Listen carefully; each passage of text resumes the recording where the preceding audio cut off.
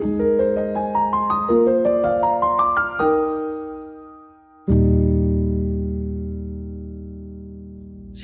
Ibu Bapak sekalian, bagaimana kabar Anda hari ini?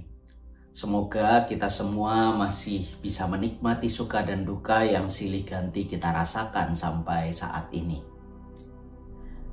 Teks Alkitab yang menjadi landasan perenungan kita hari ini diambil dari Kisah Para Rasul pasal 22 ayat 22 hingga pasal 23 ayat 11.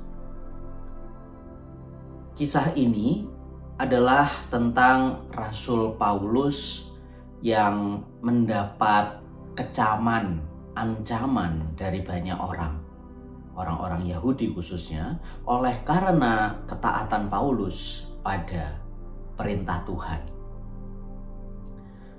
Seperti yang kita tahu, Ibu Bapak, Paulus setelah ia bertobat dipercaya Tuhan untuk memberitakan kabar Injil.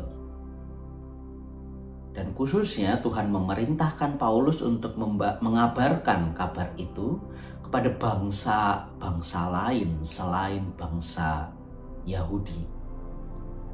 Nah, hal inilah yang kemudian menjadi alasan kenapa orang-orang Yahudi kemudian membenci Paulus. Nanti kalau Anda baca bahkan dari pasal 21 ceritanya seru. Kita bisa tahu cerita lengkapnya. Jadi bagi orang-orang Yahudi, Bapak Ibu, hal yang dilakukan Paulus saat itu menentang hukum Taurat. Kenapa begitu? Kenapa mereka mengatakan itu menentang hukum Taurat? Karena orang-orang Yahudi menganggap bahwa bangsa Yahudilah satu-satunya bangsa yang terpilih. Bagi mereka, tidak ada bangsa lain selain Yahudi yang boleh menerima kebaikan Tuhan. Nah, hal itulah Bapak Ibu yang kemudian menjadikan orang-orang Yahudi sebagai kelompok orang yang sangat eksklusif. Maka kalau kita ingat kisah-kisah di dalam Alkitab, kenapa orang-orang Yahudi dalam tanda kutip anti dengan bangsa lain? Kurang lebih karena itu. Mereka sangat eksklusif. Mereka merasa hanya merekalah yang pantas mendapatkan kebaikan Tuhan, hanya merekalah yang pantas mendapatkan perhatian dan kasih karunia Tuhan. Nah, Bapak Ibu, mari coba saat ini kita ingat, bukankah di tengah-tengah kehidupan beriman kita juga seringkali pernah hidup seperti bangsa Yahudi yang diceritakan di dalam teks yang kita renungkan hari ini.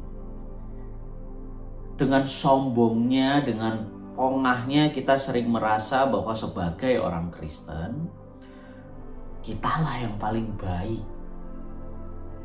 Dengan penuh rasa bangga, bukankah kita juga seringkali merasa hanya kita yang layak mendapat kasih karunia Tuhan?